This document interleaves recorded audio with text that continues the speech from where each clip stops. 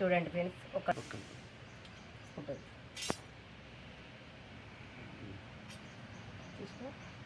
చూడండి ఫ్రెండ్స్. ఇగో అంతా వక్కలకైతే పట్టేసినాయి మసాలాలు, మొత్తం కారం అంతా పట్టేసింది అండి ఫ్రెండ్స్. ఇలా ఊరిపోయింది, వాసన అయితే గుమగుమలాడిపోతుంది ఫ్రెండ్స్. దోసకాయ పచ్చడి చూడండి, సేమ్ మామిడికాయ పచ్చడి లాగానే పెట్టుకోవాలి. మేము పెట్టుకున్నాం కదా అండి ఫ్రెండ్స్. పెట్టుకుంటే కిరాణం అన్న అయితే అడిగితే కొంచెం ఏం కూర అంటే పచ్చడి అంటే, మేము మొన్న దోసకాయ పచ్చడి పెట్టుకున్నాం కదా, మేము సామాన్ తెచ్చుకునే కిరాణం అన్నకు పచ్చడి చాలా నచ్చిందట, బాగున్నది అన్నాడు అని సామాన్ అయితే ఇచ్చిండు. వాళ్ళ కిరాణం సామాను దోసకాయలు అయితే కొనుక్కరమ్మన్నాడు. పచ్చడికి ఈ దోసకాయలు తీసుకోవాలండి. ఇవి ఎందుకంటే కచ్చగా ఉండాలి, కచ్చగా ఉంటేనే గట్టిగా ఉంటాయి. పండ్లు తీసుకొచ్చుకుంటే తొందరగా పాడైపోతుంది. ఇలా తీసుకొచ్చుకోవాలి గట్టివి. నేనైతే కేజీ తీసుకొచ్చాను. ఇవి కడిగాను, తుడిచాను. అందులోకి కావాల్సినవి జీలకర్ర, ఎల్లిగడ్డలు ఇట్లా మిక్సీ పట్టుకొని ఉంచుకోవాలి. ఎల్లిపాయలు గర్భాలు తీసి పెట్టుకోవాలి. ఇది ఆవాల పొడి అండి, యావ పొడి పట్టి పెట్టుకున్నాను మిక్సీలో. ఇది జీలకర్ర, మెంతులు పట్టి పెట్టుకున్నాను, వేంపి పట్టి పెట్టుకున్నాను. ఇందులో కలిపేద్దాము. కట్ చేసుకున్నామండి దోసకాయలు. ఇగో ఇలా గింజలు తీసేయాలి. ఇలా గింజలు తీసేసుకోవాలి. ఈ గింజలు కూడా వేస్ట్ కావండి, ఎందుకంటే ఇవి మిక్సీ పట్టుకొని చారు చేసుకుంటే బాగుంటుంది. ఇది కూడా వీడియో పెడతాను మీకు చూడండి. ఈ వక్కలైతే ఈ పొట్టు ఇలాగే ఉంచుకోవాలి, ఇట్లా ఉంటేనే బాగుంటుంది. ఇంత కట్ చేసుకోవాలి, గింజలు అయితే తీసేసుకోవాలి. ఇప్పుడు కొలుచుకుందామండి.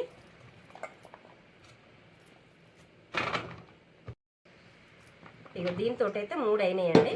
ఈ చెంబుతో 3 చెంబులు అయినాయి. ఇందులో ఇది 3 చెంబులు అయినాయి కదా, ఇందులో సగం చెంబెడు కారం పోసుకోవాలి.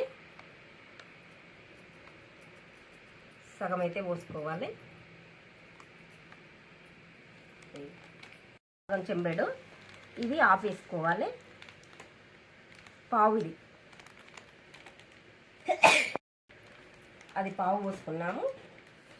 ఇది జీలకర్ర మెంతులు పట్టుకున్నాం కదండి, ఇందులోనే కలుపుకోవాలి.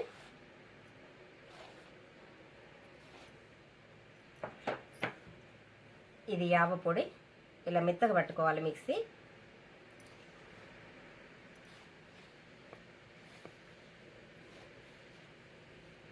యావ పొడి, కారం, ఉప్పు అన్ని కలిపి ఒక చెంబు తీసుకోవాలండి.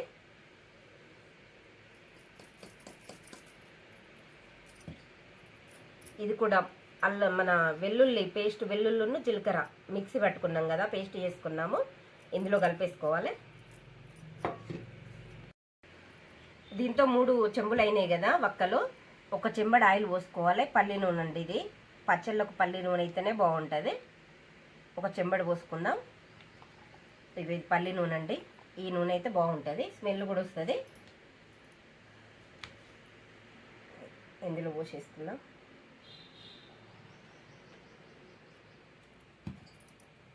చేయితో కలుపుకోవాలండి, గంటితో కలుపుకుంటే మంచి కలవదు. చేయితోనైతేనే కరెక్ట్ అన్ని వక్కలకు ఈ పొడి మొత్తం పట్టేస్తుంది.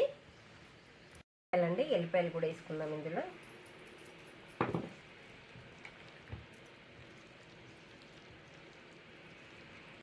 చూడండి అన్నీ అయితే ఇలా కలుపుకున్నాను.